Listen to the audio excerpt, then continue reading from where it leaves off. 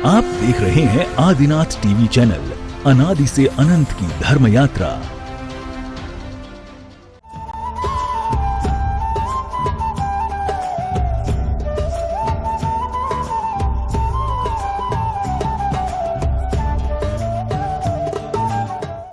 इस कार्यक्रम के पुण्यार्जक हैं श्री कंवरलाल जी महावीर प्रसाद जी, पाटनी, मदनगंज, किशनगढ़, राजस्थान।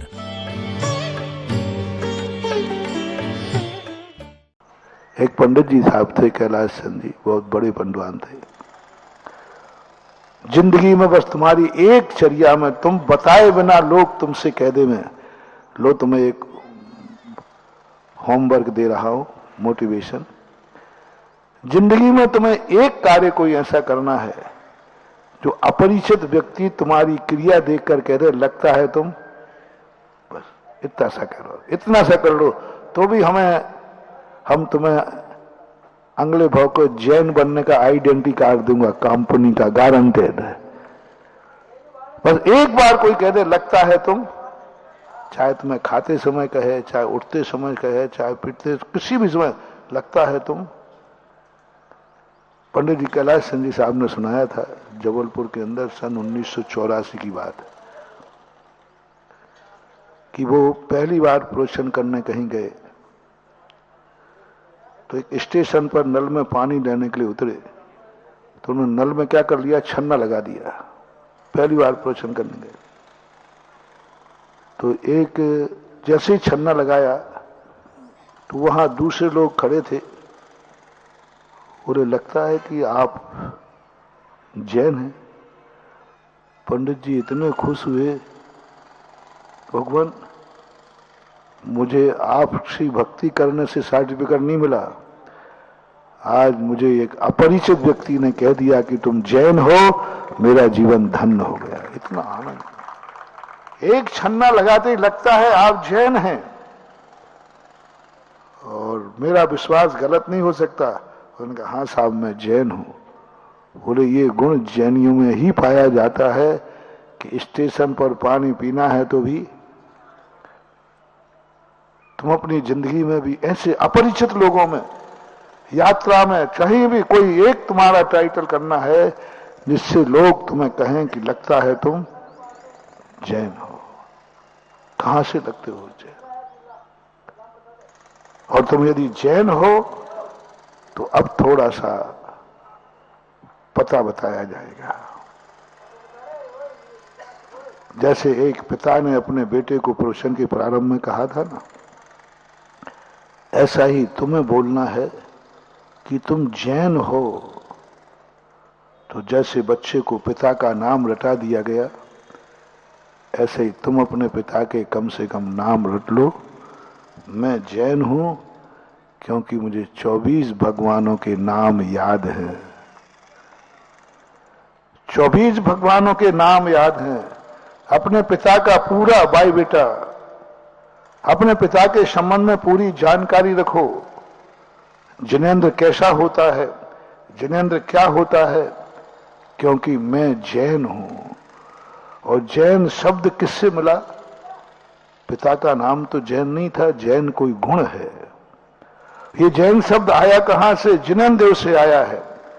अब जिनेंद्र देव हमारे पूर्वज हुए, हमारे पिता हुए, दादा हुए, हमें उनके संबंध में परिचय प्राप्त करना है।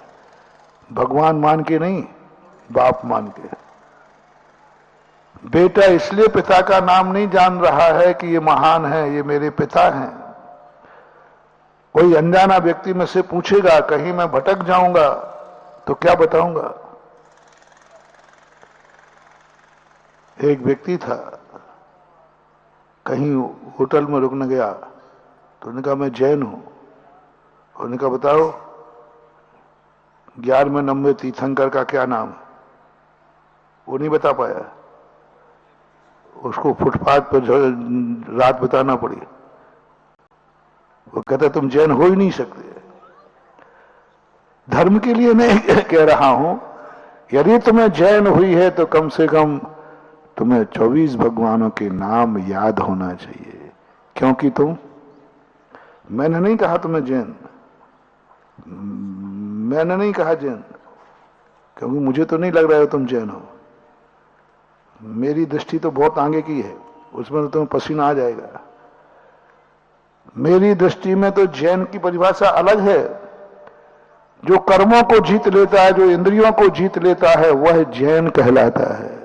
कुंद कुंद भगवान, जिए निद्रा, जिए इंद्रिय, जिए मोहा। जिसने कर्मों को, मोह को जीत लिया है, उसका नाम जिन है। अभी स्तुति में, स्वयंभू स्तोत्र में भी आया। इसलिए वो जैन वाली बात मेरी दृष्टि नहीं। आप जो मानते हो, जैन एक जाति मानते हो, जैन एक ग्रुप मानते हो, जैन एक कुल परंपरा मानते हो, आपकी दृष्टि में यदि आप जैन हैं तो आपको अपने पूरे 24 भगवानों के नाम याद होना चाहिए। ये शीतलनाथ है, श्रेयांसनाथ है, ये भेद कैसे करोगे? कितने लोग हैं जो अभी 24 भगवानों के नाम एक साथ नहीं गिना पाएंगे? पूछ लो किसी से। नहीं, अनुमति हो तो पूछ लो कि शाम को तुम पूछते हो, सुबह मैं पूछ लूंगा। 24 भगवानों के नाम कौन नहीं बता पाएगा क्रम से? कोई नहीं बता पाएगा। बता दोगे? पीछे चश्मा वाले भाई साहब नहीं बता पाए। आगे वाले दादाजी से कहे मैं तो याद तो किए थे, भूल गया। बाप का नाम कभी नहीं भूलना, और बाप का नाम बचपन से याद। जितने लोग आज प्रवचन सुन रहे हैं लाइव में भी यहां बैठे हैं, आज एक ही नियम लेके जाएं, हम 24 भगवानों के क्रम से नाम याद करके रहेंगे। क्योंकि हम, बोल दो ना, क्योंकि हम जैन हैं। तुम लोग भी रख लो, क्योंकि ये जैन है तो तुम, मैं नहीं बोल रहा हूं, तुम्हें लगा लो, गॉड गिफ्ट। आप जैननी तो है ही। इतना करो, 24 भगवानों के बाद मरने के पहले इतना तो रट लो, हमें और कुछ आता है नहीं आता, मुझे 24 भगवानों के नाम आते हैं, मुझे और कुछ आता है या नहीं आता, हमें अपने बाप का नाम याद आता है बस। और जैनियों का बाप कौन है? जिनेंद्र। इतना तो गर्व से कह सको कि मेरा जैन हूं मैं, क्योंकि मुझे अपने बाप का नाम याद है। बाप के नाम ही याद नहीं। 24 थोड़ है, और मत अपना त्रिकाल 24 ही मत करना, 24 भगवानों का नाम याद हो जाए, याद हो जाए। तो 24 भगवानों में कोई ने पूछा 24 क्यों है, तो उनके चिन्ह और कर लो। महाराज 24 तो यहां वहां से बता ही देंगे, ये चिन्हों का झगड़ा तो है ना, चिन्ह तो और मुश्किल हो जाएगा। चिन्ह तो बता ही नहीं पाओगे कि, क्योंकि चिन्ह जब नाम ही नहीं बता पा रहे हो, जैसे तैसे यदि नाम बता नहीं पाओगे, लेकिन कोई नाम ले लेगा तो कहते हाँ हाँ है 24 में है। 24 में कोई नाम यदि हम बोल दें कि भाई कुंथनाथ नाम के कोई तीर्थंकर हैं कि नहीं, ये तो सब बता दोगे। हाँ नहीं, इतना तो है, क्रम नहीं बता पाऊंगा, लेकिन अब बताओ 24 तीर्थंकरों के चिन्हों के संबंध में बहुत झगड़ा है। 50% लोगों को तो नाम ही याद नहीं होंगे, 50% में 99% लोग कम से कम इतना जान जाएंगे कि आप मेरा नाम बोलो, मैं बता दूंगा कि 24 में इनका नाम है। लेकिन चिन्हों के संबंध में पहचान तो है ही नहीं कि हमारा चिन्ह क्या है, कौन से भगवान का चिन्ह क्या है। तो यदि तुम जैन हो तो अपने पिता की पहचान, आज 2 चीजें होमवर्क में हैं, 24 तीर्थंकरों के नाम चिन्ह सहित, चिन्ह सहित।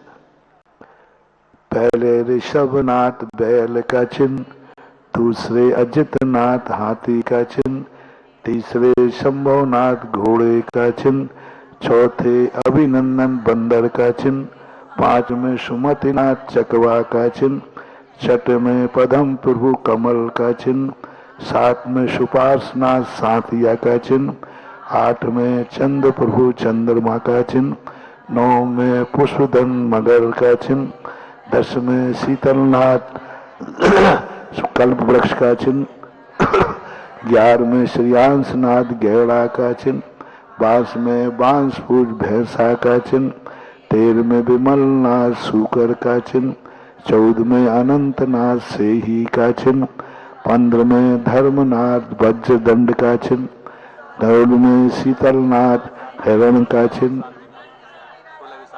16 में शांतिनाथ हिरण का चिन्ह, 17 में कुंथनाथ बकरा का चिन्ह, 8 में हरयनाथ मछली का चिन्ह, 19 में मल्लनाथ कलश का चिन्ह, 20 में मुनिशुभ्रत कछवा का चिन्ह, 21 में नमीनाथ नीलकमल का चिन्ह, 22 में नेमनाथ शंख का चिन्ह, 23 में पार्शनाथ सर्प का चिन्ह, 24 में महावीर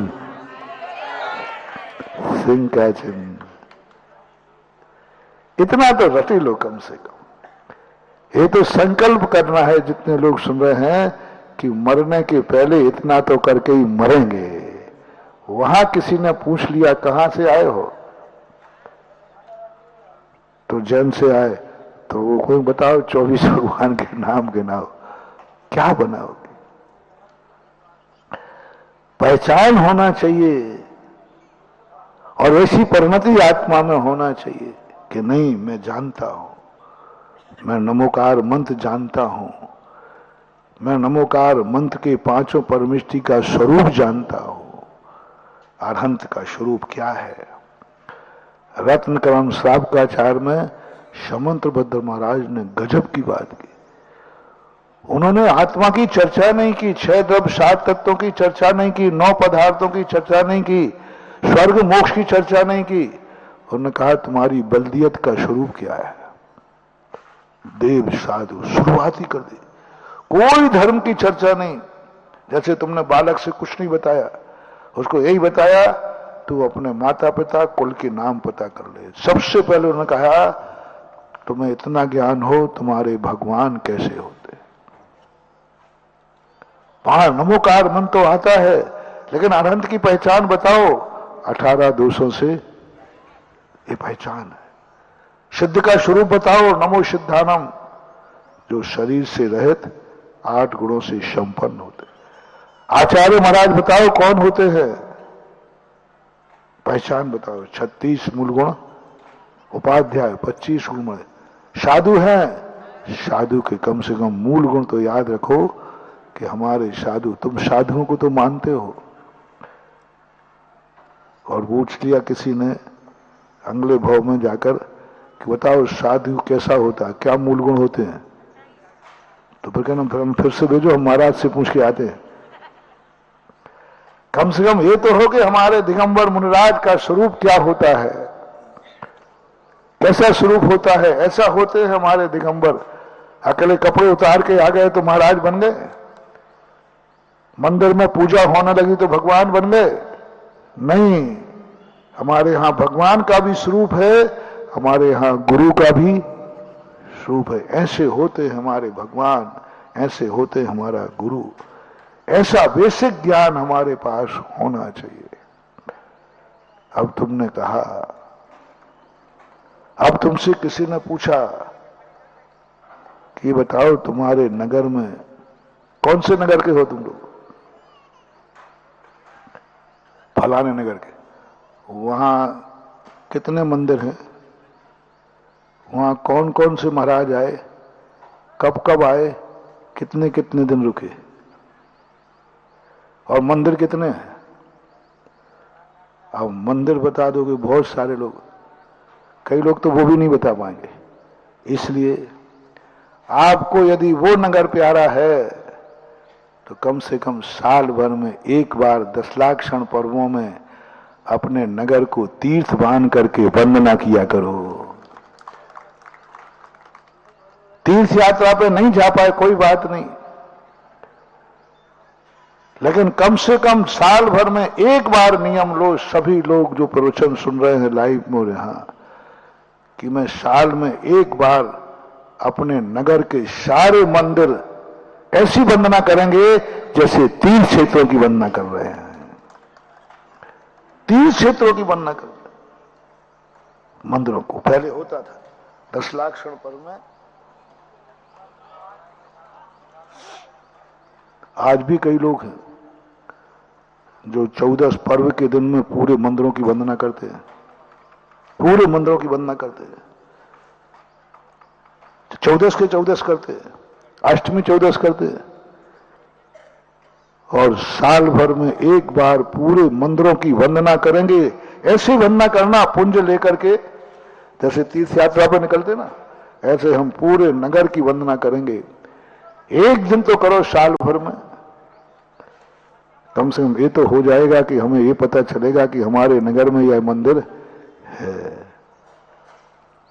अब एक कर लोगे प्रतिदिन मंदिर, अब एक और बताओ, तुम्हारे मंदिर में वो मंदिर तुम्हारा मानते हो कि हम इस मंदिर, उस मंदिर में मूर्ति कितनी है? कम से कम अपने मंदिर की मूर्ति तो पता चले, कम से कम कोई चोर ले जाए तो गिन तो सको है? इसलिए प्रतिदिन मंदिर जाओ तो कम से कम एक बार अपनी आंखों से प्रत्येक मूर्ति को देखा करो। ऐसे नहीं आए कि बड़े बाबा मूल नायक को देख करके ही चले आए। एक बार एक एक मूर्ति पर अपनी दृष्टि टिकाओ, एक बार देखो। 10 मूर्ति रखी हैं, 10 को एक बार देखो, 2 बार, सब मूर्तियों को देख करके कृपा हो जाए तो 10 बार नमोस्तु कर लेना। जितनी वेदी पे मूर्ति है उतने नमोस्तु करो। हमारा देखो, आप थोड़ा आप समझो हमारी सेल्फ डिक्स, क्या बोलते हो, स्लिप डिक्स हो जाएगी, इतना नहीं कर पाएंगे। आप थोड़ा कंसेशन करो, कायदा से जितनी वेदी पे मूर्तियां हैं उतने नमोस्तु होना चाहिए, और वहीं के वहीं नहीं, खड़े होकर के 1 2 3 कायदा सही मार बताना तो पड़ेगा। अब महाराज जी इतना देखो नहीं कर पाएंगे, न इतना हो पाएगा, चलो कोई बात नहीं। नेत्र नमस्कार कर लो, कमर नमस्कार नहीं कह रहा, नेत्र नमस्कार होता है। एक गर्दन से प्रणाम होता है, एक नेत्र नमस्कार होता है। गर्दन का 1 2, ये प्रणाम कहलाता है। और नेत्र नमस्कार का अर्थ है मूर्ति को देखो, आंख झुका लो, दूसरे को देखो, आंख झुका लो। नेत्र नमस्कार तो करो, कम से कम ये करने से पता चलेगा कल के दिन कोई मूर्ति गायब हो जाए तो तुरंत ध्यान में आ जाए कि यहां एक मूर्ति, अपने मंदिर की मूर्ति पता नहीं है कितनी मूर्ति रखी, और रोज को दर्शन करने जाते हो, और कई बार तो इतने अंधे हो के दर्शन करते हो कि 10 लाख क्षण पर्व की चौथ के दिन सारी मूर्ति वहां से उठा ली और पट्टा दर्शन करके आ गया। बोले गया था दर्शन करने, बोले वेदी पे मूर्ति थी कि नहीं? बोले कहां गई? वो तो थी, रोज कोई रहती है। पता चला उस दिन मूर्ति भी नहीं। अपनी आंखों से बुद्धिपूर्वक हम देव दर्शन करते हैं तो हमारी दृष्टि में कम से कम वो दर्शन होना चाहिए। और दूसरी बात, जो स्थितियां बनती हैं, यदि आपकी सही श्रद्धा और भक्ति है तो इसी के लिए कम से कम ये मूर्तियां हैं, इनमें कोई मंदिर अच्छा होता है कि बुरा होता है? मंदिर अच्छा होता है कि बुरा? तो किसी ने तो बनाया होगा कि आकाश से बन के आया था। मंदिर बनाना अच्छा है कि बुरा? जल्दी बोलो, जोर से नहीं बोले। अच्छा, मूर्ति बैठाना अच्छा है कि बुरा?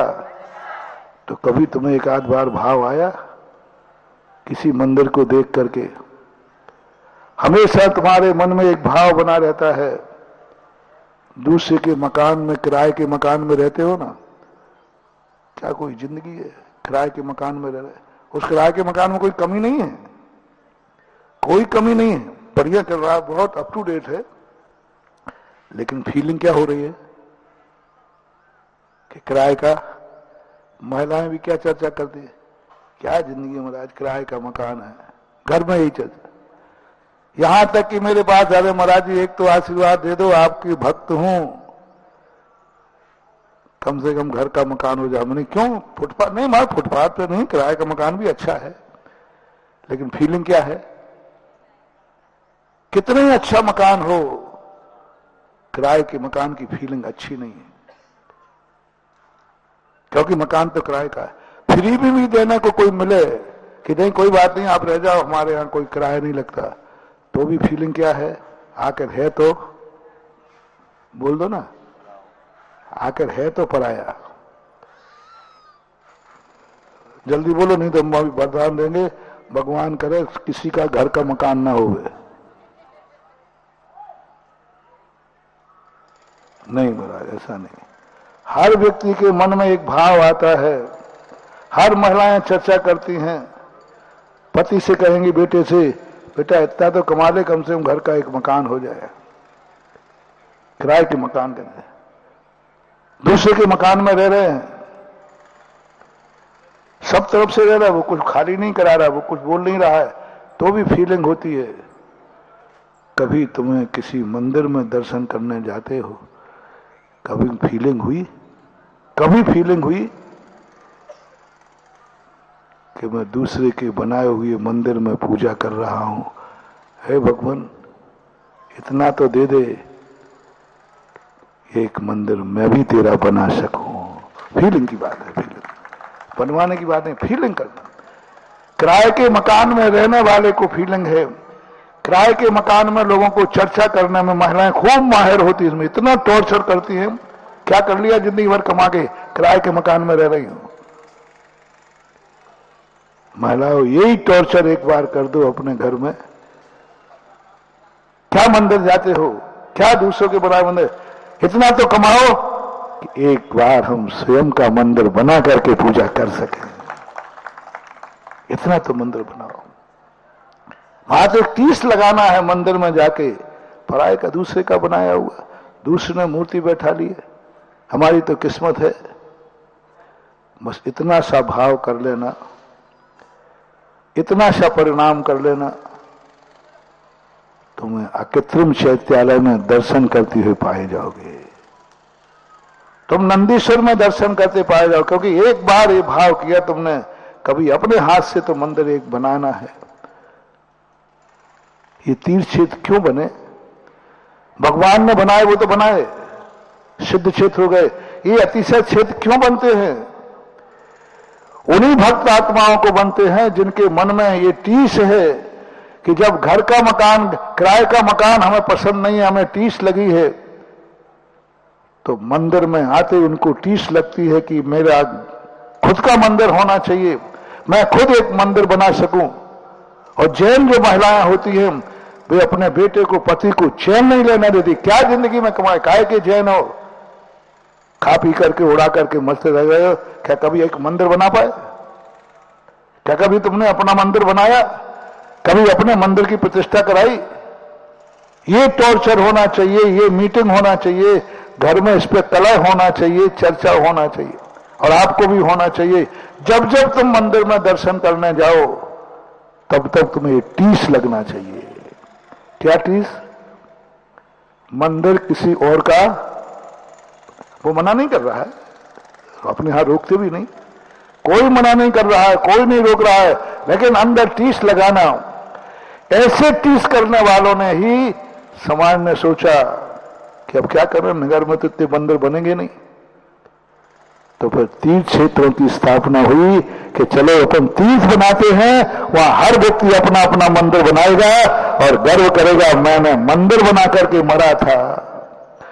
मरने के बाद जब कहो, बोले किसके मंदिर में पूजा की थी, क्या जिंदगी में कभी तुमने जिनेन्द्र देव का मंदिर बनाया, नहीं बनाया, नहीं बनाया, तो कुछ नहीं मिलने वाला। बनो तो एक मंदिर बना के मरूंगा, बच्चों को खुद का मकान छोड़ के बनेंगे, आपकी तमन्ना होती है, अपनी जिंदगी तो जैसे थे सो, बोलो ना, निकल गई, कम से कम बच्चों को तो एक मकान छोड़ के जाए। होता है भाव कि नहीं? लोन लेकर बनाते हो। रिटायरमेंट होने के बाद भी ऑफिसर बनाता है। भैया आप काय को बना रिटायरमेंट? अरे महाराज बच्चों को छोड़ के जाओ।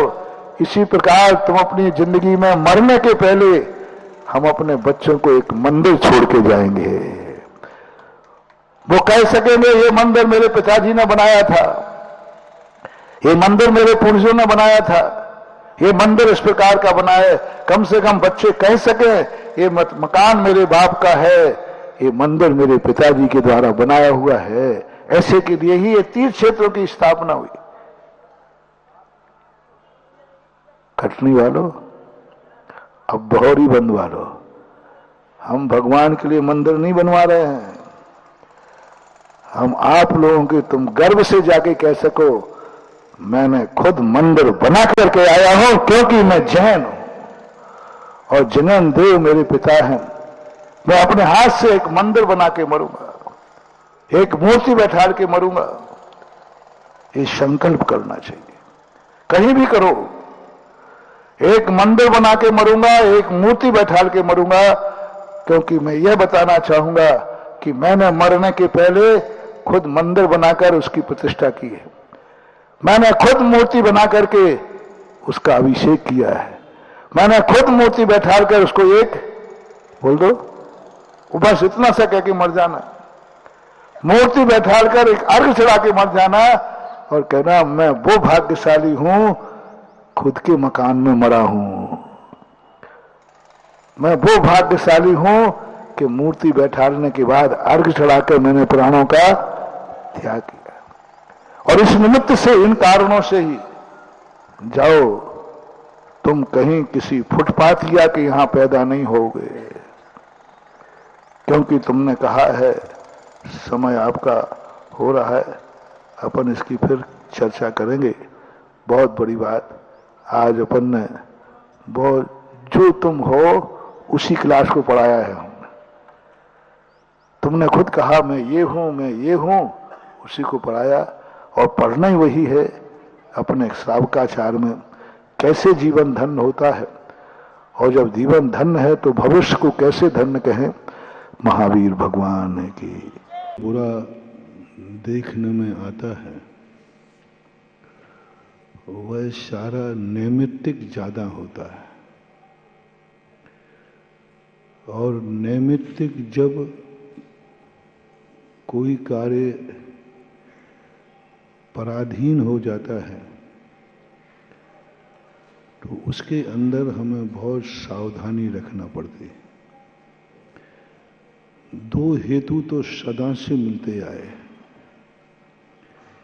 बिना अलंग शक्तिर भवेतेयम हेतु द्वयाविष्कृत कार्य लिंगा अनुस्वरो जंतुरहं क्रियार्थः संहत्य कार्य सुदवादि।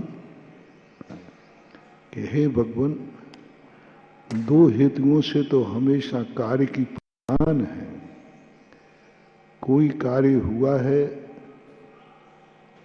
तो उसमें दो हेतु जरूर है। उसका मूल विषय करना है उपादान निमित्त के पास गया है अपने कार्य सिद्ध करने के लिए, या निमित्त उपादान के कार्य करने के लिए तैयार है। कौन किसको चाह रहा है, चाहत की बात है। ध्रुव सत्य तो ये हो गया कि निमित्त के बिना कार्य नहीं होगा, उपादान के बिना भी नहीं होगा। ये कार्य की पहचान है, इसको तो कोई टाल नहीं सकता, अलंग शक्ति है। सिद्ध भगवान हैं, उनको भी निमित्त चाहिए परिणमन करने के लिए, भली वो काल द्रव्य का क्यों ना हो। मुनिराज को भी चाहिए, ज्ञान को चाहिए, सम्यक दर्शन को चाहिए। कोई ना कोई कारण जरूर है। कार्य हुआ है तो कारण जरूर है, बिना कारण के कोई कार्य होता ही नहीं है। जब बिना कारण के कोई कार्य नहीं होता है तो फिर ऐसी स्थिति में कारण को करना पड़ेगा। अब सावधानी कहाँ रखना है, गुरु की जरूरत क्यों पड़ी, धर्मात्मा बनने की जरूरत क्यों पड़ी, भगवान के आलम्बन की जरूरत क्यों पड़ी, क्यों साधना तपस्या की जरूरत पड़ी, क्यों स्वाध्याय करने की जरूरत पड़ी, क्यों मुनि बनने की जरूरत पड़ी, क्यों भगवान बनने की जरूरत पड़ी। जब नियम कर दिया कि अलंग शक्तिर भवितव्यतेयम्, दो कारण मौजूद होने ही चाहिए, कभी भी हो कोई भी तुम बिना निमित्त के कार्य कर ही नहीं सकते। निमित्त मिलेगा तभी तुम्हारा कार्य होगा। अनादिकाल से तुम एक दीपक को भर के रख दो घी बाती लगाकर, अपने आप कभी नहीं जलेगा। कितनी काल, कोई काल लब्धि नहीं है जो जला दे। और हर कार्य का निमित्त अलग अलग है। जितने कार्य हैं उतने निमित्त हैं, और जितने निमित्त हैं उतने उपादान हैं, और जितने निमित्त उपादान हैं उतने ही कार्य हैं। रिपीट कर रहा हूं, निमित्त कितने हैं जितने उपादान हैं, उपादान कितने हैं जितने निमित्त हैं। क्योंकि संसार में ऐसी कोई वस्तु नहीं है जो स्वचतुष्टय से अस्तिमान ना हो, उपादान हो गए। ऐसी कोई भी वस्तु नहीं है जो दूसरे के लिए निमित्त न बने। निमित्त शक्ति, उपादान शक्ति, ये दोनों शक्तियां वस्तु का स्वरूप है। जो जो उपादान है वे किसी ना किसी के निमित्त जरूर हैं, और जो जो निमित्त हैं वे अपने आप में उपादान तो है ही। कुमार घड़े बनाने में निमित्त है, लेकिन कुमार अपने आप में तो स्वचतुष्टयवान है, निमित्त मिट्टी हो गई। अब जितने निमित्त और उपादान हैं उतने ही कार्य हैं। और त्रिकाली मिलाया जाए तो निमित्त उपादान त्रिकाली सीमित हैं, इनकी संख्या ना घटती है और ना बढ़ती है। क्योंकि जो जो निमित्त हैं वे उपादान हैं, और जो जो उपादान हैं वे किसी ना किसी के निमित्त हैं। तो इनकी संख्या कभी घटेगी नहीं, बढ़ेगी नहीं। तीनों कालों कभी निमित्त तीनों कालों में कम नहीं होगा, बढ़ेगा नहीं, क्योंकि सब चीज फिक्स है। जीव जितने हैं उतने ही रहेंगे, पुद्गल जितने हैं पुद्गल ही रहेंगे, धर्म अधर्म सब कुछ सेटेड है। अब कार्य कितने होते हैं, ये उपादान और निमित्त मिलकर कार्यों की संख्या जितनी अनंत, अतीत में जितने कार्य हो गए वर्तमान में और भविष्य में उससे ज्यादा होंगे। भविष्य ज्यादा है, भविष्य बहुत बड़ा है। यानी त्रिकाली कार्य वस्तु विभाषा से अनंत गुणे ज्यादा है। क्योंकि एक निमित्त से, एक उपादान से अनेक कार्य होते हैं। एक दीप जला, एक अग्नि जली, उसमें एक साथ कितने कार्य हो रहे हैं। निमित्त एक था, माचिस की काड़ी, उपादान एक था, लकड़ी, लेकिन अब उससे कार्य कितने हो रहे हैं और कितने लोग कार्य कर रहे हैं। कोई उसके प्रकाश में ताप रहा है। अब एक अग्नि से कितने लोग ताप सकते हैं। 1 2 3 4 100 50 जितने बढ़ जाओ, अग्नि बढ़ती जाएगी। काड़ी तो एक ही ने जलाई है, ईंधन बड़ा है तो बड़ा हो जाएगा। कितने लोग कार्य और कितने कार्य हो सकते हैं। एक ताप रहा है, एक उजेला हो रहा है तो पड़ रहा है, एक उसी पे चाय बना रहा है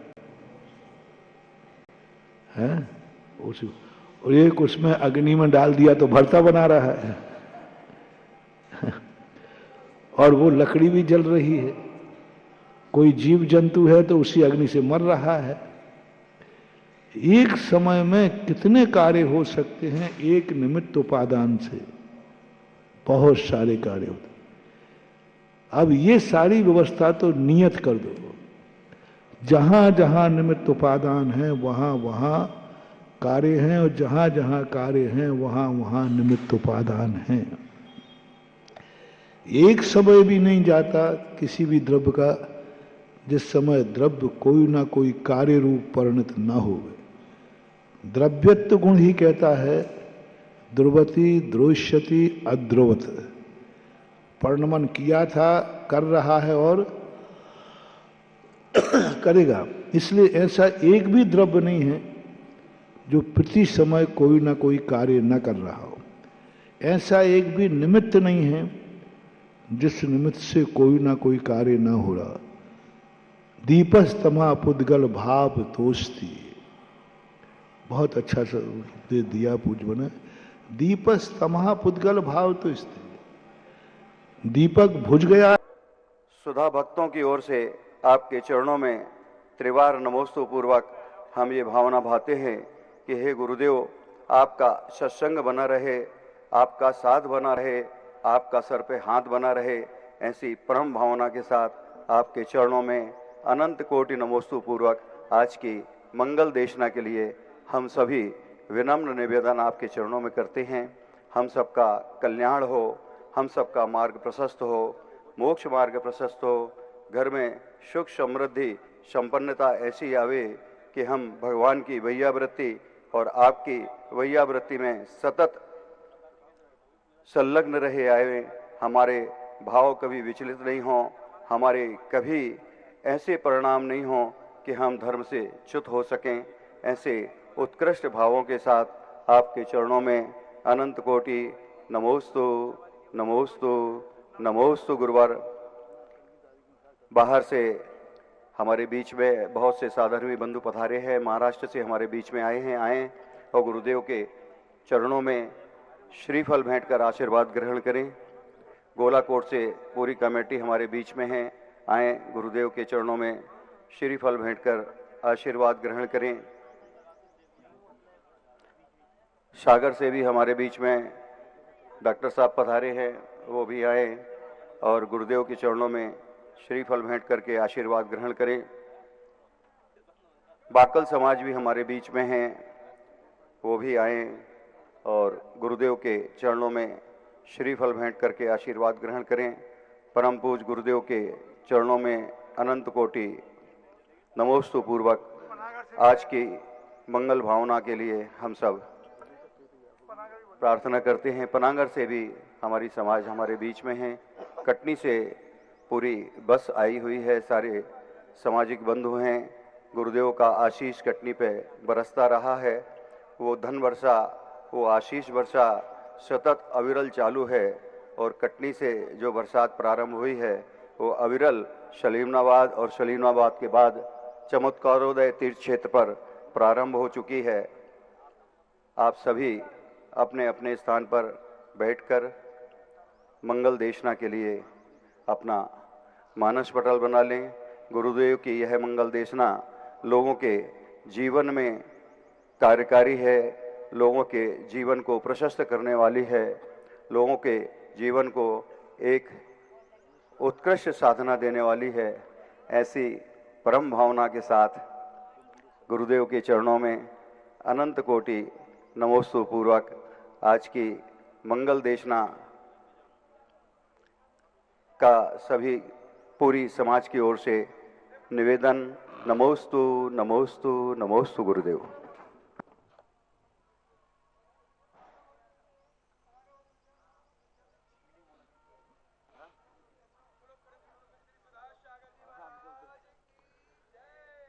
जय श्री ओम नमः सिद्धेभ्यः।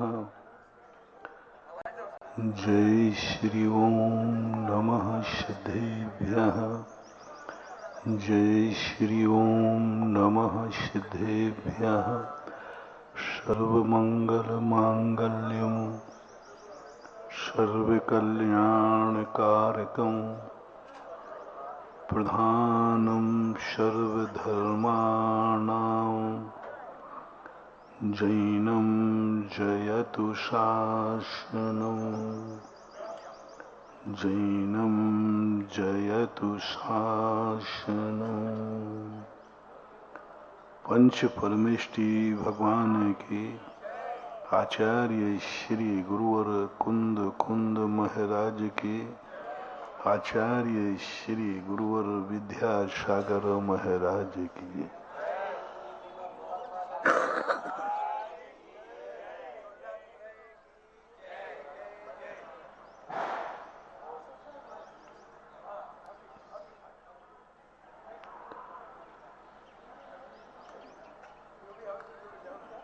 व्यक्ति अपनी जिंदगी को अपने खुद के अनुभव का विषय बनाना चाहिए और ये नहीं बना पा रहा है, इसलिए वो ऊंचाई तक नहीं पहुंच पाता। धर्मात्मा बनना चाहता है लेकिन धर्मात्मा नहीं बनना चाहता। अच्छा बनना चाहता है लेकिन अच्छा नहीं हो पाता। बुराइयां छोड़ना चाहता है लेकिन छूट नहीं पाती। सब कुछ समझता हुआ भी उसे नासमझी की जिंदगी गुजारना पड़ती है। नासमझ व्यक्ति नासमझी की जिंदगी गुजारे तो कोई बड़ी बात नहीं है, लेकिन समझदार व्यक्ति नासमझी की जिंदगी गुजारे यह सबसे बड़ी विडंबना है। समझदार लोग नासमझी की जिंदगी बिताना, ज्ञानी अज्ञानी का कार्य कर रहा है, आंखों वाला अंधा बन रहा है। अंधे को नहीं दिख रहा है ये बात तो समझ में आती है, लेकिन आंखें वालों को नहीं दिखता है। एक अंधे की कहानी आती है इस दुनिया के लिए। एक अंधा एक लालटेन लेके जा रहा है। लोगों ने पूछा, सूरदास जी आपको दिखता नहीं है तो आप लालटेन लेके क्यों जा रहे हो? क्या गजब की बात है। सूरदास जी कहते हैं मुझे तो नहीं दिखता है, लेकिन आंखें वाले को न दिखे ये बात है। कहीं आंखों वाले मेरे से न टकरा जाए। अब कितना बड़ा व्यंग है। मुझे तो नहीं दिख रहा है, लेकिन आंखों वाले भी अंधे होते हैं। आंखों वालों को मैं नहीं दिखूंगा, मैं तो नहीं देख पाऊंगा, लेकिन आंखों वाला मुझे न देख पाए, ऐसे लोग भी हैं। इसलिए मैं उनके लिए लालटेन लिए हूं कि भैया सावधान, मैं तो अंधा हूं, तुम तो आंखों वाले हो। थोड़ा सा यदि अपन अपनी जिंदगी का डिसेक्शन करें तो कितने बार अपनी आंखें होके ही हम अंधे का कार्य हो जाते हैं। आंखें होते ही हमें ठोकर लग जाती है। आंखें होते ही हम जीव को कुचल देते हैं। आंखें होते हुए हमें दिखते ही नहीं। ये सबसे बड़ा जिंदगी का प्रमाद कहो या अभिशाप कहो। आंखें दे दी लेकिन देखने की अकल नहीं दी। आंखें दे दी लेकिन देखने का मन नहीं दिया। आंखें देख दी लेकिन हम खुद सावधान नहीं रख पाए। सबसे ज्यादा पाप का बंध उसे नहीं होता है जिसके पास आंखें नहीं हैं, अंधे। अंधे व्यक्ति से जीव कुचल जाए उसे ज्यादा पाप का बंध नहीं है, क्योंकि वो,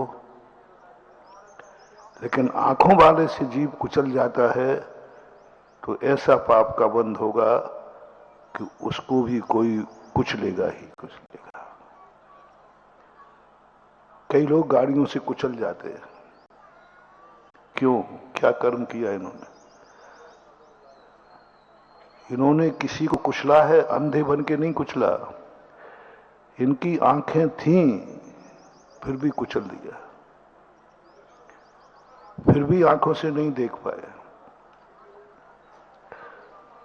दिमाग था सोचने की, लेकिन सोचे ही नहीं, विचार ही नहीं किया।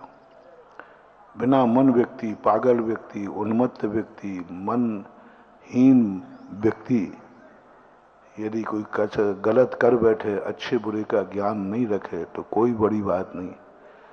लेकिन जिसने किस्मत ने अच्छा मन दिया है, सोचने की क्षमता दी है, वो भी अच्छे बुरे का विचार नहीं कर रहा है।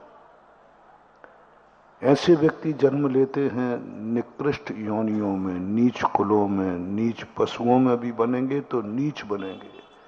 क्यों? जब उनको अच्छे विचार, बुरे विचार करने के लिए मन दिया था, लेकिन उन्हें विचार ही नहीं।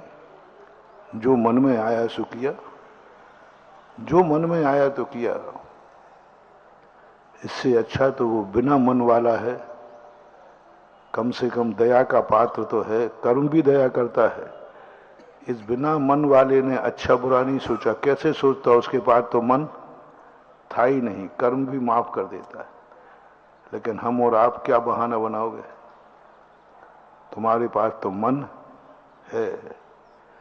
फिर किस्मत कहती है कि तुझे मन देने से कोई फायदा नहीं, तू मन होकर के भी अच्छे बुरे का नहीं सोच पाया। जाओ, मैं तुझे ऐसे स्थान पर भेजता हूं जहां अच्छा कुछ होगा ही नहीं। परिवार बुरा होगा, क्षेत्र बुरा होगा, जाति बुरी होगी, कुल बुरा होगा, खान पान बुरा होगा, सब बुरा ही बुरा होगा। कुछ अच्छा होगा ही नहीं, कुछ भी अच्छा नहीं होगा। क्योंकि तेरी जिंदगी में एक तेरे लिए खुद मन का अभिशाप है। जब तुझे मन दिया तब तू अच्छा बुरा नहीं सोच पाया, तो अब ले तू अच्छा सोचना भी चाहे तो मिलेगा ही नहीं। सब कुछ बुरा दे दिया, बुद्धि भी बुरी कर दी। गंदी चीजों को वो अच्छा मानेगा, क्योंकि जब मन था उसका मूल कारण है। आज ये पशु वगैरह क्यों मल खाते हैं, गंदगी खाते हैं? क्यों? कौन जीव है ये? ये वही जीव हैं जिनके पास पहले मन था, अच्छा बुरा सोच सकते थे, भक्ष वक्ष का विचार कर सकते थे, लेकिन नहीं किया। तो कर्म ने कहा कि मैं तुझे ऐसी बुद्धि दूंगा कि तू अच्छे की पहचान ही नहीं होगी, तू गंदगी को ही बुरा अच्छा कहेगा। क्योंकि तुम्हारे पास मन था, तुम चाहते तो अच्छे बुरे का ज्ञान कर सकते थे। इसलिए बहुत खतरा है अपन लोगों को, क्योंकि अपने पास मन है। बहुत खतरा है। हमें कान मिले, कान होकर के हमने नहीं सुनी किसी की। वो चिल्लाता रहा, चीखता रहा, दया की भीख मांगता रहा। बहरे ने नहीं सुना तो कोई पाप नहीं है, लेकिन कानों वाले ने नहीं सुना। सब स्थिति में यही मानना। तुम मनुष्य थे और मनुष्य के भी अनुभव से तुम परे हो गए। पशु और मनुष्य में क्या अंतर रहा? कलम ने कहा था, तुम सबसे पहले जो तुम हो उसका अनुभव करो। कभी कभी क्या है, हम बड़ी बड़ी बातों में आते हैं, बड़े बड़े प्रलोभन में आ जाते हैं। आकर्षण इतना हो जाता है, विदेशी माल का आकर्षण इतना होता है कि व्यक्ति स्वदेशी भूल जाता है। पर एक दिन जब गुलाम बन जाता है, तब पता चलता है कि मैंने अपनों को खोकर क्या किया। पराये लोगों का सहारा अच्छा लगता है, लेकिन जब पराये धोखा देते हैं तब पता चलता है कि अपनों को खोकर के मैंने बहुत बुरा किया। कितना भी दुश्मन क्यों ना हो, अपना अपनी कहलाएगा, अपना अपनी कहलाएगा। कितना भी परोपकारी हो, पराया पराया ही कहलाता है।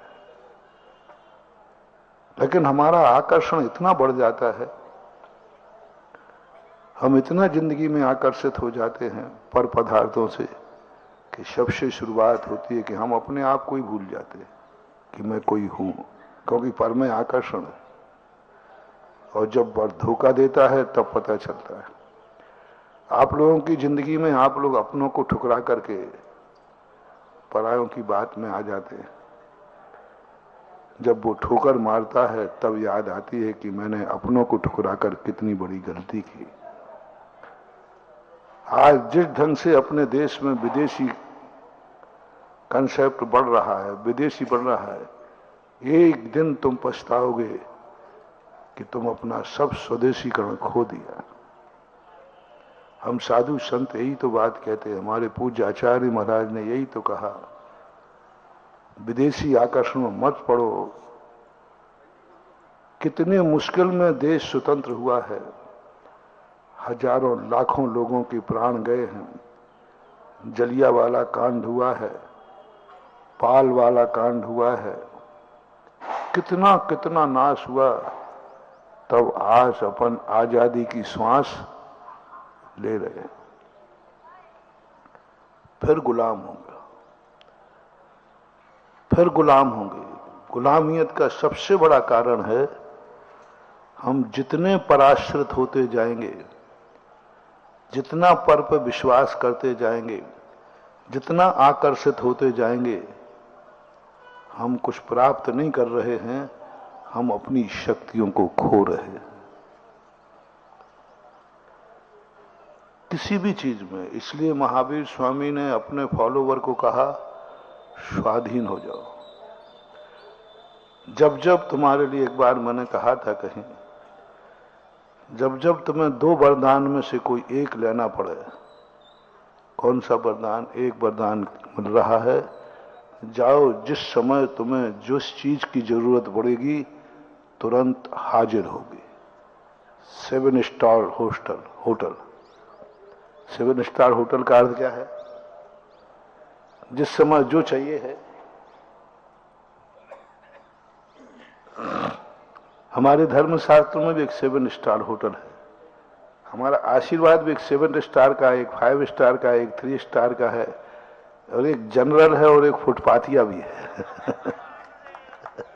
सब है, क्वालिटी तो सब में होती है ना जी। ऐसी कोई दुनिया में नहीं है जिसमें क्वालिटी मेंटेनेंस न हो। एक क्लास के सभी विद्यार्थी 1 नंबर तो नहीं ला सकते ना, दुनिया में सब है। तो यहां भी है, और एक वरदान यहां भी है, जिस समय जो चाहोगे वह मिलेगा तुम्हें, मिलता है भोग भूमियों में, देवताओं में। ये ऐसे ही वरदान पा जाते, क्योंकि उन्होंने इतना अच्छा काम किया है, इतना धर्म किया, इतने धर्मात्मा रहे, इतना पुण्य कमा लिया कि कर्म कहता है जाओ, तुझ समय तू जो इच्छा करेगा वह पूरी होगी। रावण को यही वरदान था, जो जिस समय जहां चाहे जो चाहे वह कर सकता था। कई लोगों को ऐसे वरदान, इस वरदान का मैं तुम्हें रास्ता बता रहा हूं। जो चाहो, जिस समय चाहो, जहां चाहो वह मिलेगा, ऐसा कोई तुम्हें वरदान देने वाला है। पर मेरा भक्त होगा तो ये वरदान मत लेना। मैंने ये वरदान कई बार ठुकरा दिया है। मेरे पास आया था, मेरे लिए तो कौन क्या नहीं देना चाहता बताओ। देवता भी चाहते, बाबा जी बोलो तो सही आप, मैंने ठुकरा दिया। कई ऐसे लोग होते हैं जो सरकार की पद्मश्री और नोबेल पुरस्कार भी ठुकरा देते हैं। होते हैं ऐसे लोग, सरकार उनके दरवाजे जा रही है, ठुकरा दिया, नहीं लेते, नहीं चाहिए। क्या रहस्य होगा? सरकार दे रही उनको पद्मश्री, नोबेल पुरस्कार दे रही, वो ठुकरा रहे।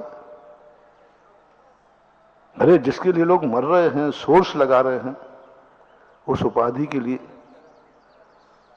और कुछ महामना ऐसे होते हैं जो बिना मांगे मिल रहा फिर भी ठुकरा रहे।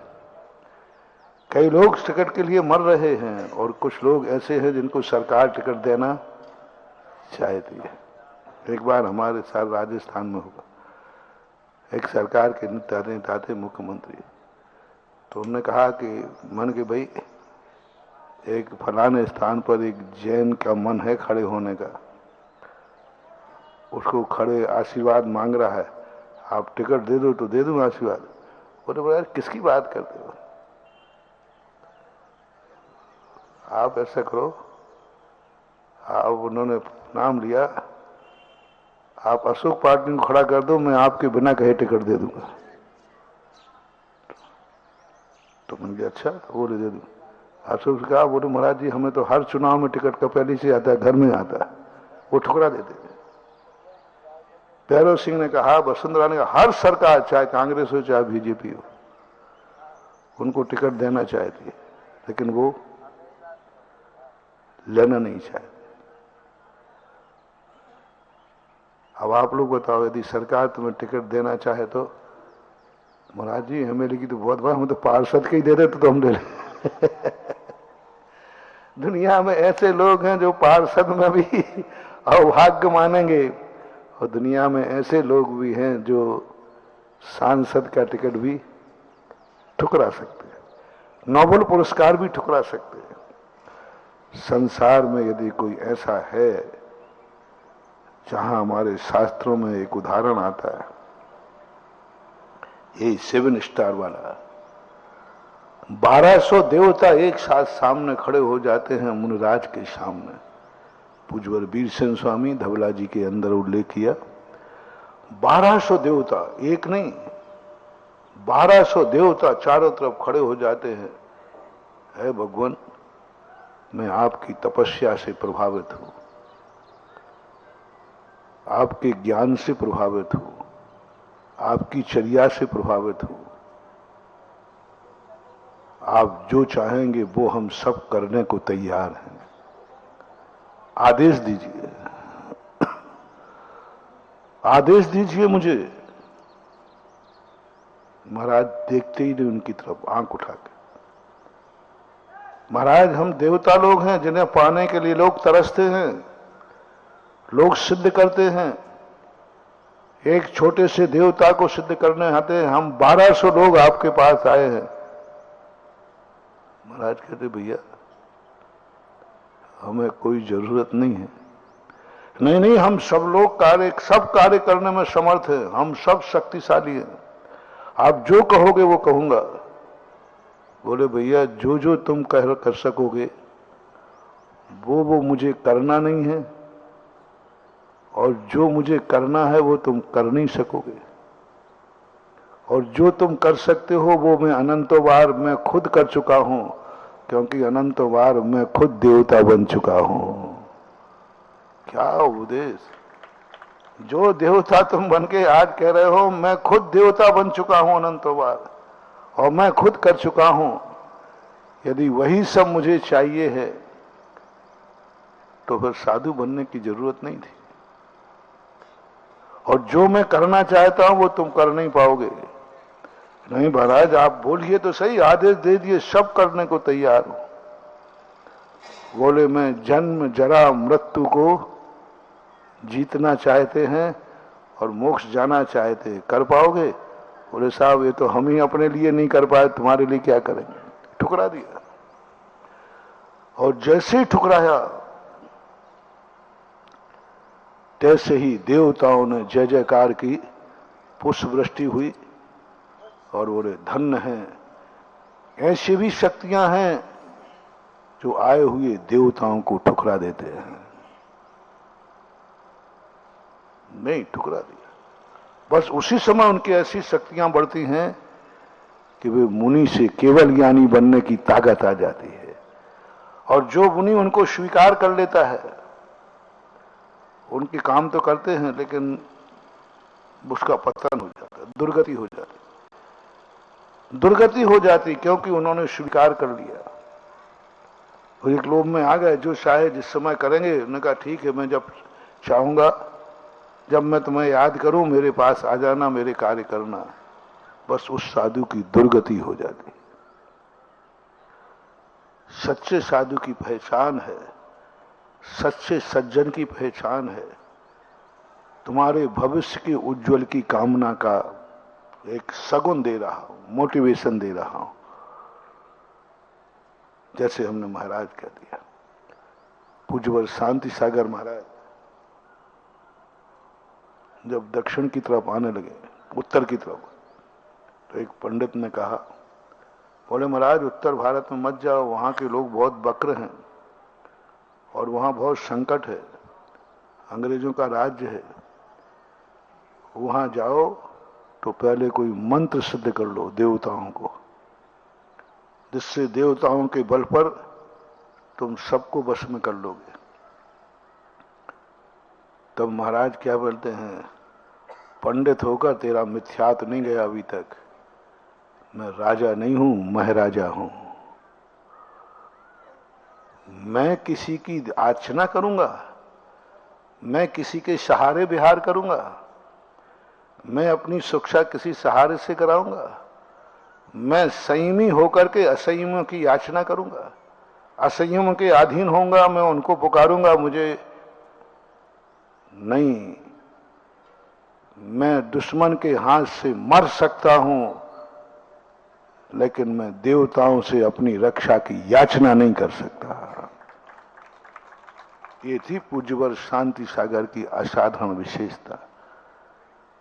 उन्होंने कहा देवताओं की असंयमों की अधीनता में स्वीकार करूं, ग्रस्तों के अधीन हो जाऊं, उनसे याचना करूं मैं नहीं। इसलिए मुनिराज को क्या बोलते हैं, नरसिंह। हमारे स्वयंभू स्तोत्र में भी मुनियों को बाहक सिंहवादी कहा, केसरी शब्द का प्रयोग किया। वो वही हैं जो किसी की अधीनता स्वीकार नहीं करते, अपने काम करने के लिए भी नहीं। मुनिराज चाहें तो सारे देवता एक मिनट में हाथ जोड़ के खड़े हो सकते हैं, लेकिन मुनिराज संकट झेल लेंगे नहीं, कुछ सहायता। तीर्थंकरों को जन्म के पहले से देवता मिलते हैं, उनकी भोजन की व्यवस्था स्वर्गों से होती है जन्म से, लेकिन मुनि दीक्षा के बाद स्वर्गों से भोजन क्यों नहीं आता? जिस दिन से जन्म हुआ है उनकी पूरी भोजन की व्यवस्था कहां से होती है? सदैव तीर्थंकरों की स्वर्गों से देवता करते हैं, वो तुम्हारे मनुष्य लोग का भोजन नहीं करते, मां का बना हुआ भोजन नहीं करते, कुछ नहीं। देवता स्वर्ग से आए, वीआईपी व्यवस्था है। लेकिन मुनि बनने के बाद देवताओं का आहार ग्रहण नहीं करते, श्रावक के हाथ। 6 महीने तक आनीनाथ बना हार के घूमते रहे, लेकिन देवताओं का आहार ग्रहण नहीं किया, कर ही नहीं सकते, क्योंकि मुनिराज पर के अधीन नहीं होते। चाहते तो आदेश दे देते, इच्छा बता सकते थे, लेकिन नहीं, कुछ नहीं किया। तो ऐसी स्थिति जब तुम्हारे जीवन में आवे, कौन सा वरदान दे रहा हूं? दे नहीं रहा हूं, बता रहा हूं। जिस समय जो चाहो, जहां चाहो, जब चाहो वो मिलेगा। यदि ये वरदान मिले तो थोड़ा सावधान रहना। और दूसरा वरदान है, जाओ, तुम्हें कभी किसी की जरूरत ही नहीं पड़ेगी, तुम्हारे लिए कभी किसी की जरूरत ही नहीं पड़ेगी। इन दोनों में से सही कौन सा है? तुम अपनी बोलो, हम अपनी अलग बोले। तुम तो यही कहोगे महाराज जी वो पहले ही वाला ठीक है कि माटी को छूऊं और सोना हो जाए। अरे भाई, माटी को छू सोना होने की अपेक्षा ऐसा वरदान लो, कभी मुझे सोने की जरूरत ही नहीं पड़े, मुझे कभी सोने की जरूरत नहीं पड़े। जिस समय चाहो उस समय जो चाहो वो भोजन मिलेगा। ये वरदान मांगने की अपेक्षा मांगो ना वरदान कि कभी मुझे भोजन की जरूरत ही नहीं पड़े, मुझे भोजन की जरूरत ही नहीं पड़े। मुझे किसी के सहारे की जरूरत नहीं पड़े, मैं खुद इतना शक्तिमान हूं, मैं स्वयं इतना, कभी वरदान गुरुओं से भगवान से कुछ मांगने का भाव आवे तो एक ही चीज मांगना, मुझे किसी का सहारा न लेना पड़े। भगवान बुरा मत मानना, यदि आशीर्वाद देना है तो एक आशीर्वाद दे दो, तेरे सहारे की भी जरूरत ना पड़े, मुझे तेरा सहारा भी ना लेना पड़े, ऐसा मुझे वरदान दे दीजिए, देना चाहो तो। लेकिन दूसरा नियम साथ में लेना, नहीं तो जिन जिन को ये वरदान मिले हैं वे अहंकारी हो गए, बोले अपन को मंदिर जाना ही नहीं, हमें किसी की जरूरत ही नहीं। नहीं, इसके साथ एक दवाई और लेना है, भगवान मुझे किसी की जरूरत नहीं पड़े, कोई मुझे सहारा न लेना पड़े और सारे जगत का सहारा मैं बनूं। मुझे किसी की जरूरत नहीं है और मैं हर जरूरतमंद के काम आऊं। ये दो नियम तुमने ले लिए तो नियम से समझना तुम बहुत जल्दी भगवान बनने वाले हो। भगवान वह शक्ति है जैसे संसार में किसी की जरूरत नहीं होती, लेकिन उसकी जरूरत सबको होती है। भगवान को सबकी जरूरत है, लेकिन भगवान को किसी की जरूरत नहीं है। ये है इनकी साधना, क्योंकि इन्होंने एक ही नियम लिया था, मैं किसी का सहारा नहीं लूं, भगवान तेरा भी नहीं, मुझे तेरा सहारा ना लेना पड़े, हो सके तो भगवान मैं सदा तेरा सहारा बन के रहूं, मेरे काम तुझसे ना करवाना पड़े और तेरे कार्य करने के लिए मैं एक पैर पे खड़ा रहूं। मैं जो तू मेरी रक्षा नहीं करेगा, मैं सदा तेरी रक्षा करूंगा, मेरा ये नियम है। हनुमान का क्या नियम था? यही नियम था हनुमान। उन्होंने नियम लिया कि भगवान मेरे ऐसा जीवन में कभी नहीं आए कि मेरे काम रामचंद्र जी से कहलाना पड़े। रामचंद्र जी मेरे कार्य करेंगे, भगवान मेरे कार्य करेगा। हे भगवान, ऐसा जीवन में कभी मेरा दिन नहीं आए। दूसरा नियम क्या था? राम जी के हर कार्य में मैं एक पैर पर खड़ा रहूं। बोलो, जिंदगी में हनुमान ने अपने कौन से काम रामचंद्र जी से कराए, और ऐसा कौन सा काम है जो रामचंद्र जी का हनुमान ने नहीं किया? और अपन लोग भगवान का एक काम नहीं करना और सारे काम सारे, बस इतना ही अंतर है, ज्यादा अंतर नहीं। वो भी भगत था, अपन भी भगत है।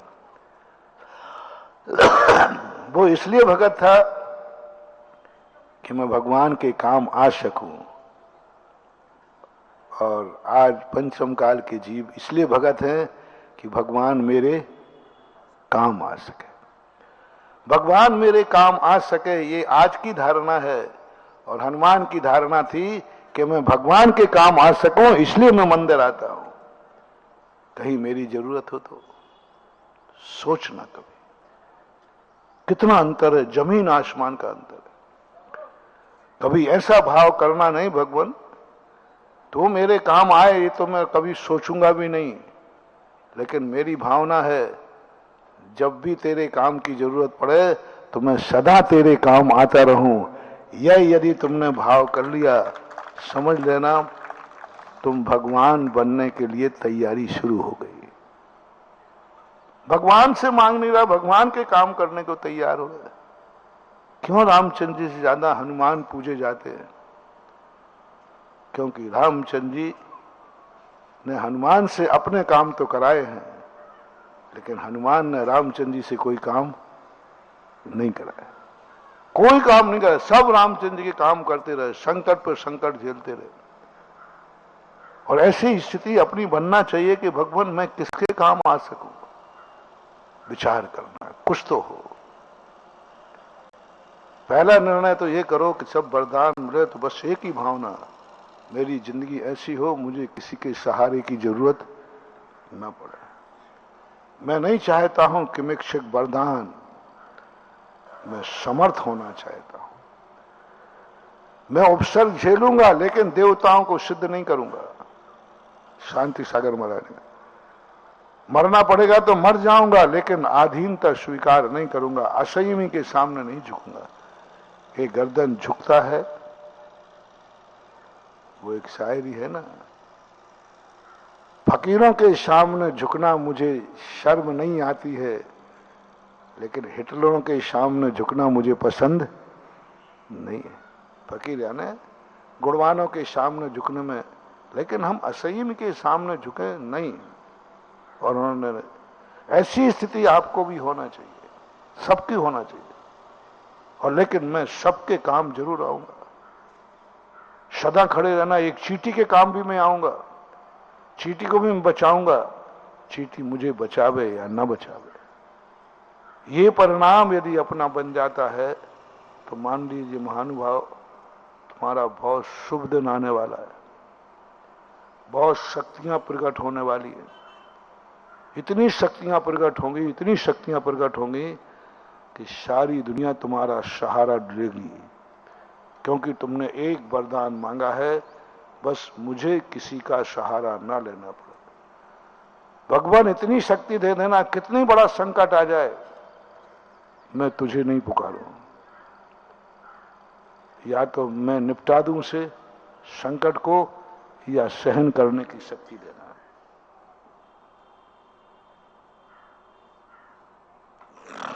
दो चीजें मांगना, या तो मुझ में सहन करने की शक्ति आ जाए, और या फिर मैं अकेला उससे निपट सकूं। तेरे लिए नहीं बुलाऊंगा। मैं सदा उदाहरण देता हूं, अपनों को, अपनों से बड़ों को कभी अपने काम नहीं करवाना, और अपनों के, अपनों से बड़ों के लिए सदा काम करने के लिए तैयार रहना।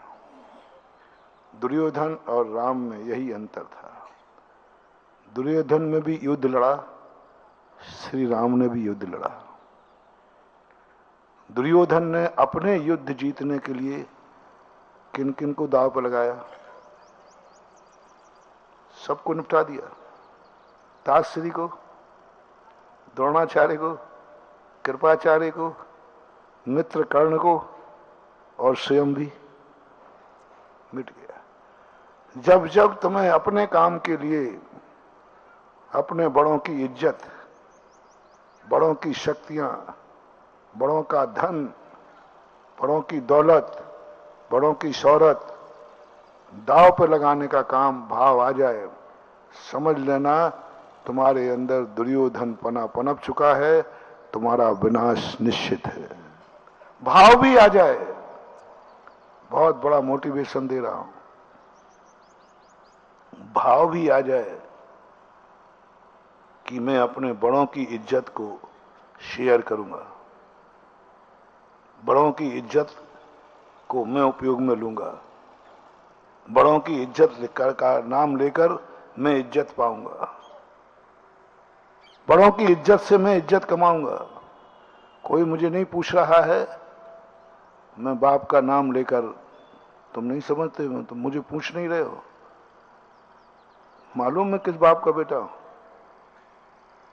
होता है कि नहीं? झूठ मत बोलना, होता है ना। जब तुम्हें कोई नहीं पूछ रहा हो, तुम कहते तुम समझते क्या, मालूम मेरा बाप कौन है? जैसे हम कह सकते है, तुम क्या समझते हो, मैं ऐसा वैसा मुनि नहीं हूं, मालूम किसका चेला हूं। अच्छा अब अरे महाराज नमोस्तु तू, आहा, हमने इज्जत किससे कमा ली? गुरु के नाम से। हम गुरु को इज्जत नहीं दे पाए, हमने गुरु की इज्जत को शेयर कर दिया, बेच दिया। नहीं, जहां तुम्हारी बेइज्जती हो जाए वहां गुरु की इज्जत को शेयर मत करना, कहीं इज्जत का शेयर नहीं करना। तुम्हें बेइज्जती हो रही, तुम्हारा अपमान हो रहा, कोई सम्मान नहीं हो रहा है, वहां अपने पूर्वजों की इज्जत के कारण इज्जत नहीं पाना, शेयर नहीं करना, उसको भंजाना नहीं। क्योंकि यहां मेरी कोई इज्जत नहीं हो रही है। और जहां इज्जत हो रही हो वहां जरूर कहना, भैया आप लोग ये मेरी इज्जत कर रहे हो ना, ये मेरी इज्जत नहीं है, मेरे गुरु की इज्जत है। अब कह देना, अब कह देना। आज जो तुम लोग हमें पूछ रहे हो, आज तुम जो हमारी इज्जत कर रहे हो, आज जय जयकार बोल रहे हो, आज तुम लोग इसकी प्रशंसा कर रहे हो, आज जो प्रवचन सुन रहे हो, ये तुम्हें मालूम नहीं है, ये सारी इज्जत जो मुझे मिल रही है ये पूज्य गुरुदेव की इज्जत है। अब बोलो, हमने इज्जत को बनाया भंजाया है या हमने अपनी इज्जत को उसमें मिलाया है? उनको इज्जत दिला दी, अच्छा ये तुम्हारे गुरु का प्रभाव है। हाँ, वही वाली बात, अच्छे नंबर आए, पूछा कैसे आए, सब गुरु कृपा है, सब पिताजी की कृपा है। और पिताजी को यही मालूम नहीं है कि तू कौन सी क्लास में पढ़ता है। अपनी इज्जत से अपने गुरु को इज्जत दिलाओ, गुरु की इज्जत से इज्जत मत पाओ। और संसारी प्राणी यही कर रहा है, अपने बड़ों की इज्जत से इज्जत पाता है, बड़ों से अपने जीवन में भंजाता है, बड़ों के नाम पर खाता है। मालूम हमारे पास किसका आशीर्वाद है, मालूम हमारे ऊपर किसका है, मालूम हम किससे जुड़े हुए हैं। नहीं मालूम तो मुझे क्या समझते हो? हम तो यहां तक कहते हैं, अपने भक्तों से कहते हैं, इज्जत की बात छोड़ो, यदि सही मेरा आशीर्वाद लेना है तो एक बार लेना, मुझे अपनी जिंदगी में कभी बाप की वसीयत का उपयोग न करना पड़े, बाप कमाई न खाना पड़े, बाप कमाई का धन का उपयोग ना हो। क्योंकि पिता पूज्य है, पिता की कमाई पूज्य है, मैं अपूज्य हूं, मैं पिता की कमाई नहीं खाना चाहता। हाँ, अब मैं अपनी कमाई पिता को खिलाऊंगा, पिता की कमाई नहीं खाना चाहता। जिंदगी में वरदान यदि पिताजी से मांगो, पिताजी एक ही आशीर्वाद दो, मुझे तुम्हारी कमाई की जरूरत न पड़े। और तुम क्या लेते हो? पापा वो वसीयत तो मेरे ही नाम लिखोगे ना, उस पर नियत टिकाते हो, उस पर नियत टिकाते हो। भद्रोदय में ज्ञान सागर महाराज ने लिखा है कि जो अपनी जिंदगी पिता की कमाई पर आश्रित करता है, पिता की वसीयत पर आश्रित होता है, वह व्यक्ति श्वान के समान होता है। श्वान के समान उसको कहा, श्वान वृत्ति है। वो कहता नहीं, मुझे नहीं चाहिए, और यदि मिल सके तो हम अपनी कमाई पिता के नाम कर सके। लेकिन होता नहीं, उल्टा होता है। पिता ने तो बेटों के नाम से मकान खरीदे देखे गए, लेकिन कितने बेटे हैं जो बाप के नाम से मकान खरीदते हैं? नहीं खरीदते। कोई बाप के लिए नहीं कमाता, हर बाप बेटे के लिए कमा रहा है। हर बाप कह रहा है, काय के लिए कमा रहा है? बाल बच्चों के लिए। ये भाषा चलती है कि नहीं? महाराज बाल बच्चों के लिए कमा रहा हूं। 90% पिता बनते ही उसका मानस बदल जाता है। काय के लिए कमा रहे हो? बाल बच्चों के। क्यों मेहनत कर रहे हो? बाल बच्चों के लिए। ये मकान क्यों बना रहे हो? बच्चों के लिए। हर चीज में बच्चा आता है। माँ बाप बच्चे को जन्म देने के बाद अपनी जिंदगी भूल जाते हैं। वो जिएंगे तो बाल बच्चों के लिए, कमाएंगे बाल बच्चों के लिए, जो कुछ भी सब उनका देखना। LIC कराएंगे तो सब कुछ बाल बच्चों के लिए। कितना परसेंट मान लो, कितने परसेंट लोग पिता बाल बच्चों के लिए करते हैं? परसेंटेज बताओ। 100% मान लो। हाँ, 100 ही मान लो महाराज, एक आध पॉइंट क्या आप अलग करोगे। और मैं जो आज उपदेश देना चाहता हूं, इस कलयुग में सतयुग का नजारा दिखाना चाहता हूं, इस पापी संसार में परमार्थ दिखाना चाहता हूं। कितने परसेंट लोग हैं कमाते समय ये कहें कि मैं मम्मी पापा के लिए कमा रहा हूं, मैं मम्मी पापा के लिए जी रहा हूं, मैं मम्मी पापा के लिए जो कुछ भी है सब माँ बाप के लिए कर रहा हूं, ऐसा कहने वाले कितने हैं? पिता तो हैं जो ये कहते जाएंगे सब बाल बच्चों के लिए कर रहा हूं, ये तो सभी कहते, आप भी कहते, आपके बाप ने भी कहा। मुझे वो बेटे चाहिए जिनके मुंह से निकले सब मैं माँ बाप के लिए कमा रहा हूं, मैं जी रहा हूं माँ बाप के लिए। इनका परसेंटेज शायद 1% भी मिलना मुश्किल है।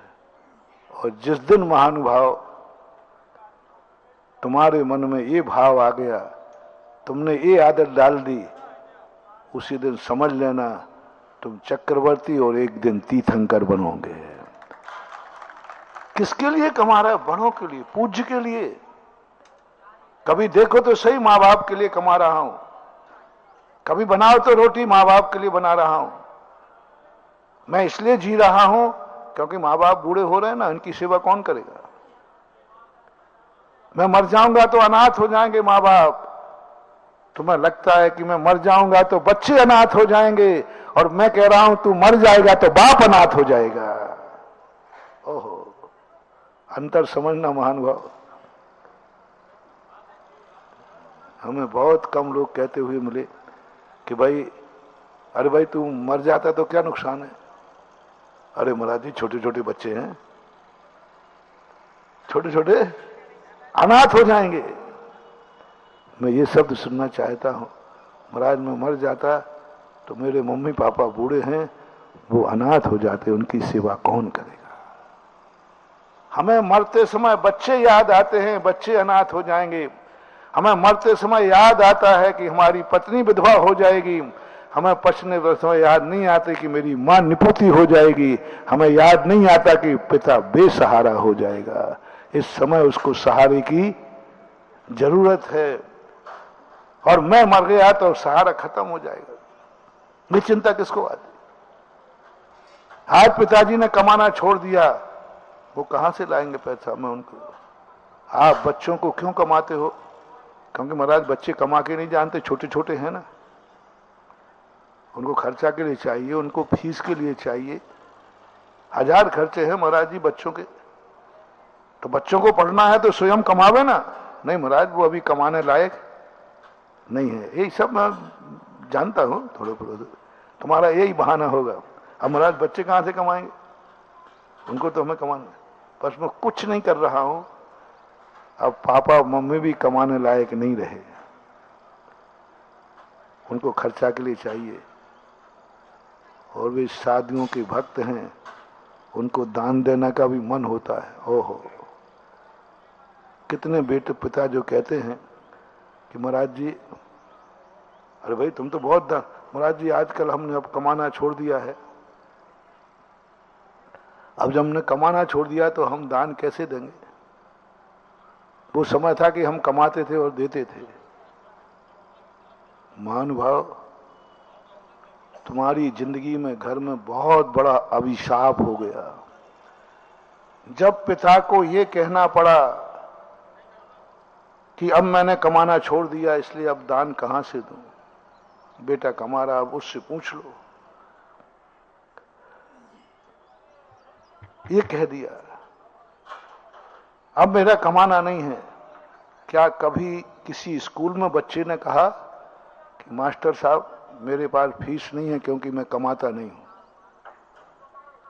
नहीं कहा। वो कह रहे बाप तो कमा रहा है, उसको एक गर्व होता है। बच्चे के मन में ये कभी भाव नहीं आता कि मेरे पास पैसा नहीं है क्योंकि मैं कमाता नहीं हूं। उसको एक ही याद, क्या फर्क पड़ता, मेरा बाप कमाता है। वो बेधड़क होकर बाप से फीस मांग लेता है। उसको ये भी नहीं आता कि मैं कमाता नहीं हूं। खर्चा के लिए नहीं रहता, बोले बाप कमा रहा है।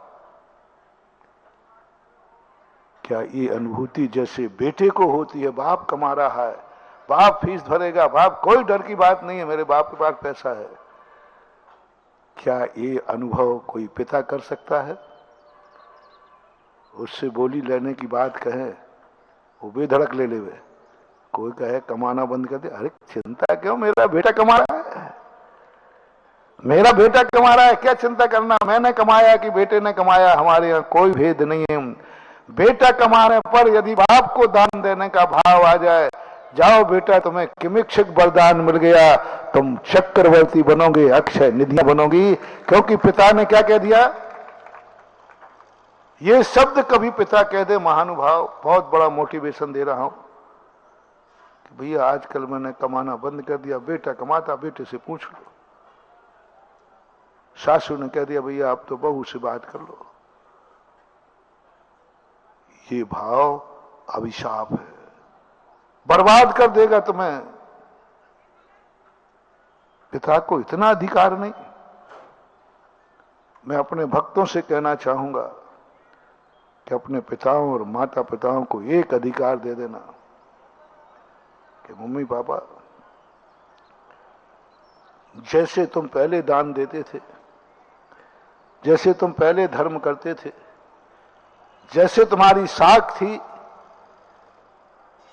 लोगों को एक ही विश्वास था और कहीं से आएगा या नहीं आएगा, वहां से दान तो मिलेगा। कई लोगों के प्रति लोग इंतजार करते, कमेटी वाले, अब कोई चिंता नहीं, फलाना श्रेष्ठी आ रहा है, होता है कि नहीं? एकदम विश्वास, बोले कोई चिंता नहीं, फलाना श्रेष्ठी आ रहा है, अब काम पूरा हो जाएगा। कितना विश्वास है। ऐसी तुम्हारी इज्जत थी, तुम्हारी साख थी। पिताजी इज्जत मत डुबो ना, आपने कमाना भली बंद कर दिया है, लेकिन देते समय वही शौक रखना। और कोई पूछे कि आजकल तो आप कमाते नहीं, बोले कोई बात नहीं, मेरा बेटा कमा रहा है ना। क्या तुम्हारे पिताजी को इतना अधिकार है? क्या जितना तुम्हारा बेटा तुम्हारे विश्वास रखता है कि मुझे कोई फर्क नहीं पड़ता, अरे बेटा बहुत फीस है इसकी, अरे चिंता मत कर, मेरा बाप है, बहुत कमाता है। ऐसा क्या बाप कह सकता है कि चिंता नहीं है, मेरा बेटा बहुत कमा रहा है? बोलो बोलिए। यदि पिता के मन में इतना भाव आ जाए तुम्हारे प्रति, जाओ, यही वरदान तुम्हें एक दिन अक्षय निधियों का स्वामी बनाता है। घर में इतना अधिकार दे दिया। कमाओ थोड़ा पिता के लिए, इज्जत कमाओ थोड़े बाप के लिए, जियो थोड़ा बाप के लिए। मुझे कुछ और बात कहना थी, कहने की हिम्मत नहीं कह रही। तुम बाप के लिए नहीं कमा सकते हो तो भगवान के लिए क्या खाक कमाओगे? तुम बाप के लिए नहीं जी पाते हो तो भगवान के लिए क्या जियोगे? लेकिन मन में बात आ जाए तो रखना नहीं चाहिए। एक कहावत है, मार्केट ना हो तो भी मार्केट में एक आध घंटे को दुकान, शायद कोई ग्राहक। हम तो बहुत बार हो, लोग कहते महाराज जी आप यहाँ ये माल बिकने वाला नहीं है, लेकिन मेरा मन करता है कि एक बार आवाज तो लगाऊं। और जब मैंने आवाज लगाई, वो मार्केट नहीं था, बिल्कुल भी नहीं था, लेकिन माल पूरा झड़ करके बिक गया। जैसे कल कहा था ना, कटनी का बिल्कुल मार्केट उठी हुई हाट थी, सब ग्राहक जा चुके थे, हाट उठ चुकी थी, फिर भी अंत में आवाज लगाई कि एक माल और है, झड़ के बिक गई 24 ही।